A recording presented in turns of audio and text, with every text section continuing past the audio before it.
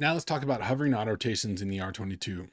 The R22 is a light, responsive helicopter. Its a small size means that hovering autorotations happen relatively quickly, requiring precise control. In the R22, you must react immediately upon recognition of the engine failure. The low inertia of the rotor system means the rotor RPM can decay quickly. The first step in a hovering autorotation is to allow the helicopter to settle and then raise the collective to cushion the landing.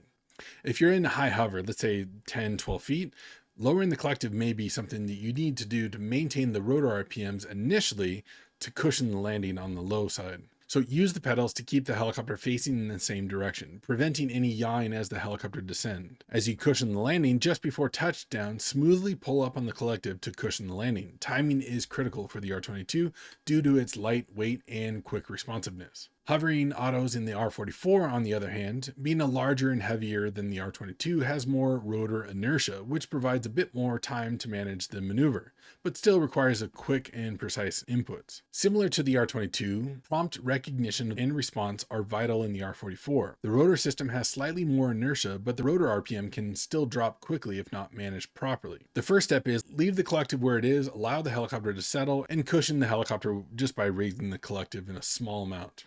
Maintain your heading with the pedals and maintain your position over the ground with the cyclic. Each model has its quirks, but with practice, you can perform this maneuver smoothly and safely. All right, folks, if you've made it this far without dozing off, very impressive. Tip of the cap. Now that you're officially a helicopter nerd like me, why not take the next step? Check out my online helicopter ground school at 3gheliprep.com. Trust me, it'll only get more exciting from here, or at least more useful.